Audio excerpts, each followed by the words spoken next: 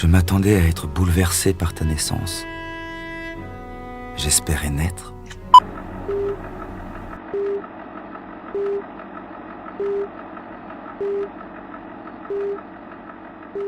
Parlant de qu'est-ce que l'acte de création, se devait au minimum d'essayer d'égaler ce dont il parle, donc il fallait être poétique, c'était le minimum qu'il y avait à faire, quoi.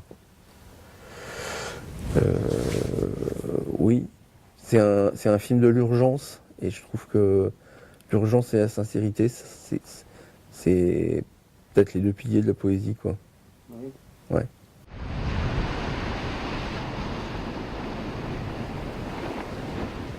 Je meurs. Il est vraiment, le film est vraiment honnête dans ce sens où il suit vraiment mon parcours. La première partie du film, je vais dire jusqu'à Paris, est plutôt un film avec un recul sur ce que je raconte. Toute la fin du film est vraiment directe. C'est vraiment ce que je vis, je le filme au quotidien. Et il y a vraiment un rapport un rapport temporel très proche en fait entre ce qu'il y a sur l'écran et ce que je vis.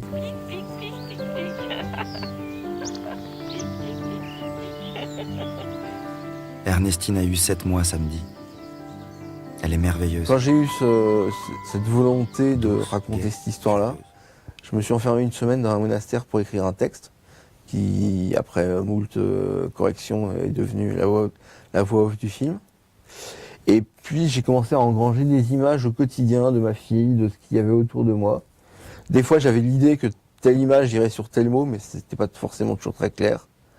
Et après on a commencé un vrai travail de montage.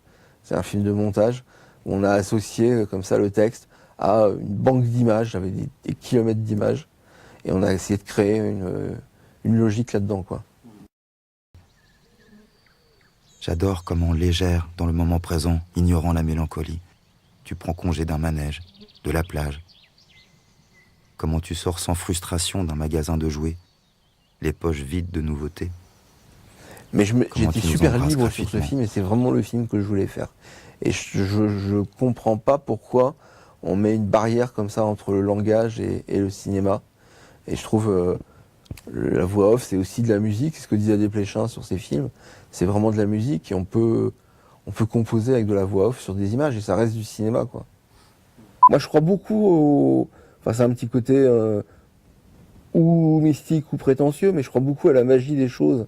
Et je veux dire, quand je tombe sur un paysage, je le capture comme un tableau, mais je le capture parce qu'il m'est offert, quoi. C'est-à-dire que les paysages, je vais pas les peindre, je les capture. Vous êtes sûr de ça? Bah... Ouais, je crois. Enfin, ça reste de l'inconscient, mais il y a des plans vraiment qui sont composés, qui sont travaillés, et puis il y a un certain nombre de plans qui sont de la magie de l'instant, quoi. Ernestine est un astre qui réchauffe, mais qui, pour le puceau de la joie que je suis, brûle également. Il y a beaucoup d'instinctifs, voilà, en tout cas. Même dans le cadre. Impressionniste? Plus impressionniste que réaliste, en tout cas, oui. C'est clair. C'est ce qu'on remarque dans vos plans. Hein. Ouais. C'est un film de télé. C'est un film de télé qui a été pensé au départ dans un format de télé.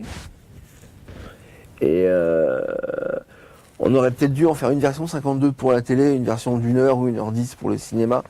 Mais le problème qui s'est posé, c'est que rajouter 20 minutes, je voyais pas quoi rajouter. Le film avait sa cohérence sur 52. Et il aurait fallu vraiment faire un gros travail de refonte de tout. C'était pas juste ajouter 3 séquences, quoi.